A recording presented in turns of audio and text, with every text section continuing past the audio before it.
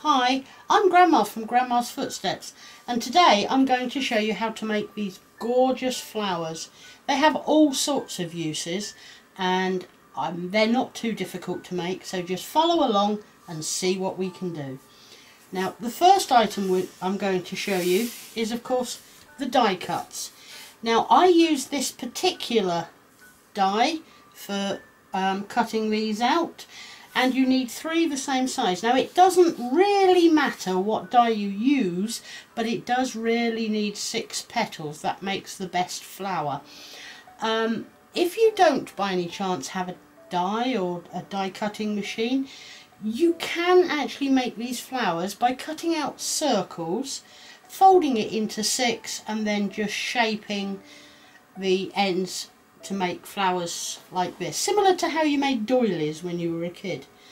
Okay, so that's the die, and this is what we make. Now we are going to need a couple of other things, obviously some glue. I find tacky glue is the best because it sort of grabs quite quickly and it doesn't take too long to dry. You can do it with a hot glue gun. I personally prefer not to. You need a pair of scissors. And for the beautiful glittering on them, I'm hoping that the glitter will pick up in the camera there. I personally use Glitter Kiss. Now the Glitter Kiss I bought from Crafty. It's not too expensive, but it does go a long way. It lasts quite a long time. The beauty of using this is you just put it straight on. It's got its own applicator. I'll show you when we've made the flower at the end, and it dries quite quickly and you haven't got all the mess that you normally have with glitter. Of course, another way you can do it would be to use a wink of Stella. Now this wink of Stella, again, you just brush it on. It comes with its own brush here like this, and you just brush it on. I use the clear one and it dries very quickly, and you haven't got the mess. If you don't have either of those and you still want to put glitter onto your flowers, a fine glue pen and a pot of glitter is the other way to go.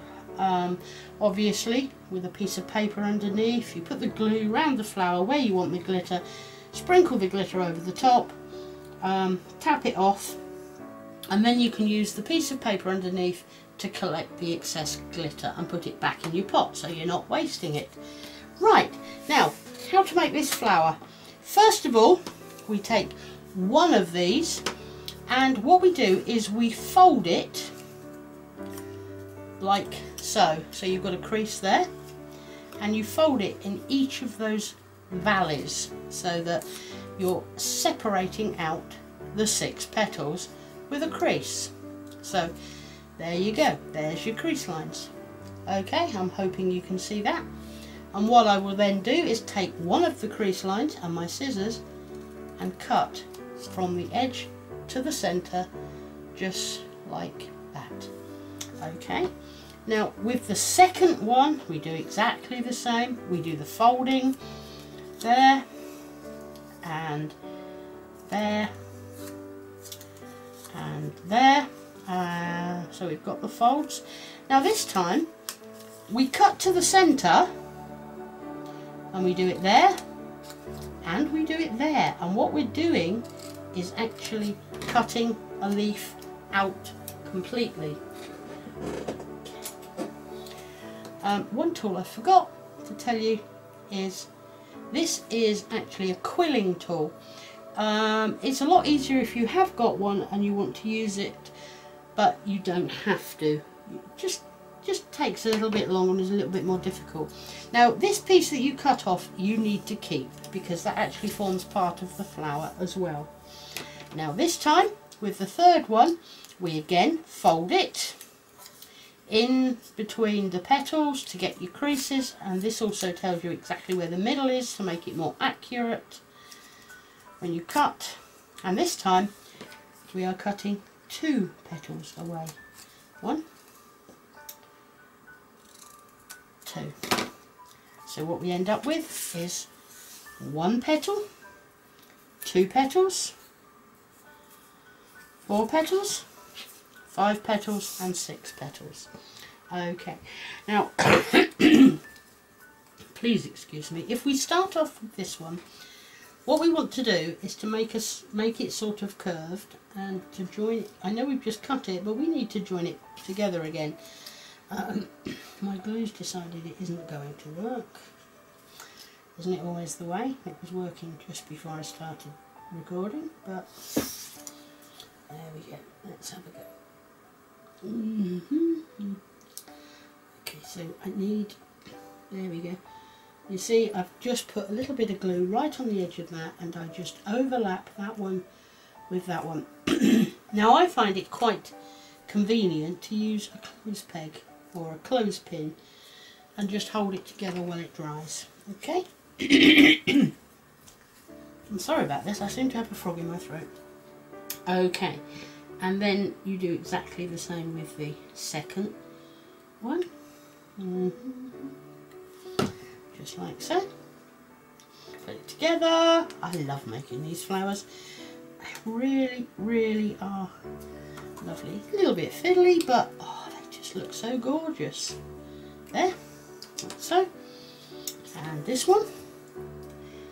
These are the easier ones. When you get to the smaller ones, it gets a lot more difficult. But there you go.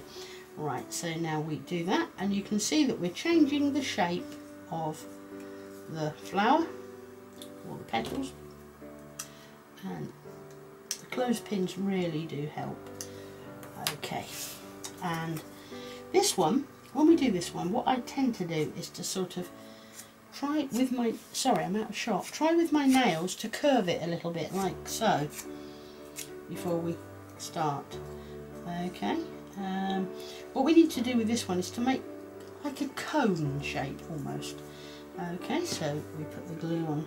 I find it easier to put the glue here on the back part. Oh dear, just glue my finger.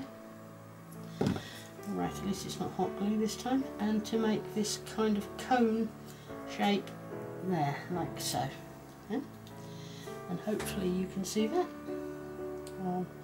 I'll try and zoom in just a little bit, see if that's any better for you. There. So you've got this cone shape. There we go.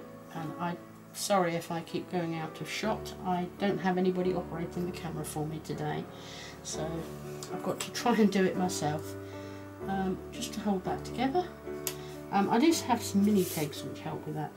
Now this is where your quilling tool will come in handy, because this one, what we've got to do is we've got to roll it around. So I started it off with a quilling tool, and then we roll it around, and basically we're going to be making a much smaller cone shape than we did the first time. So I put the glue along the edge here. I'm sorry, my fingers are in the way. Put the glue along there, and over we go. Oh dear, dear, come on. They never go when you are trying to show somebody. I can sit here and make loads of these on my own in the quiet, but as soon as I try to show somebody, they all decide not to stick. But that's the way of crafts, is it not? Right, there we go. Might want to put a little bit more glue in there because it's just not holding. Okay, there we go. So we've got that, can't find it, one there, and then we've got one that size, and one that size, and one that size, and the little tiny weeny one which makes the centre of your flower. Okay, now take the biggest one, which is this one, okay, the one where we only cut a slit, and you put it down on the table, and what you've got to try and do is to flatten it a bit in the middle, because you don't want it pointed. Okay, so we flatten that down like that, and we put a goodly amount of glue into the middle. If you can get a goodly amount of glue out of the glue, out of your glue pot, all the better. Now, then we take the next size one there, and we need to cut the bottom off.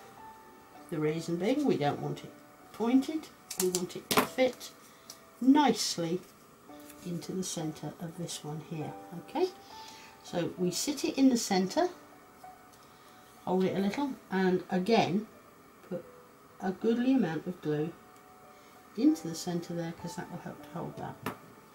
And then we take the third one, exactly the same, cut off the bottom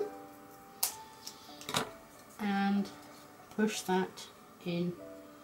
Now while you're doing this, if you can get your petals to go in between each other rather than you know, just making a pile of petals in one place, that was even better. So we do that, and then we again fill it with glue. Nice, nice goodly amount of glue in the middle. And now we take this one, and what we need to do is we need to cut a fair amount of this one here, and that's a nice round sort of tube now, okay, which we push down into there like that. There we go. A little bit more glue in the middle. This is why it's better to have a glue that doesn't take too long to dry. And this one, again, cut it off. Now, you have to make sure that this one doesn't stick up above the others, because it just won't look right if we do, okay? So there is your flower, pretty well. We just got to wait, we have to wait for it to dry. But while we're waiting, while it's drying, or after it's dried, what I do is I use my quilling tool again, and I'll go into the flower and I will just bend,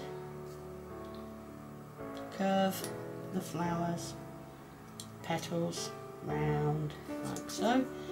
Makes a much nicer shaped flower. Okay, and then sort of press them and straighten them, whatever you want to do. It's your flower, you can do it however you want. Okay, and like so. Yeah, and it also makes it look more like a rose. So we just curve all the petals over, and as you can see, that makes a lot of difference. I mean, this is nice, this is pretty, but it isn't like, once you've turned them over, it just looks so much better. So once you've got to this stage here, we let them dry and make sure they're really nice and dry, because you don't want the bits falling out. Then you would use your glitter kiss or whatever you've chosen to use. As I said, I prefer to use this because it has its own applicator, and it's a bit like a mousse. So you just push it in and you wipe it off on the edge, because it's called glitter kiss, because all you want to do is to just kiss it, kiss the edges of the roses with it. You don't want to put loads and loads of it on, okay? Just a little kiss like so, and obviously always pop that back in so that it doesn't dry out, and there you have your completed flower. Okay, I hope you enjoyed that, and I hope you're going to have a go. If you do have a go, please remember I have my Grandma's Crafty Club on Facebook, and the links will be below in the description. Come along, have a look, upload pictures of what you've done, because I really look forward to seeing them. It's been really nice talking to you today. I've really enjoyed it, and take it easy.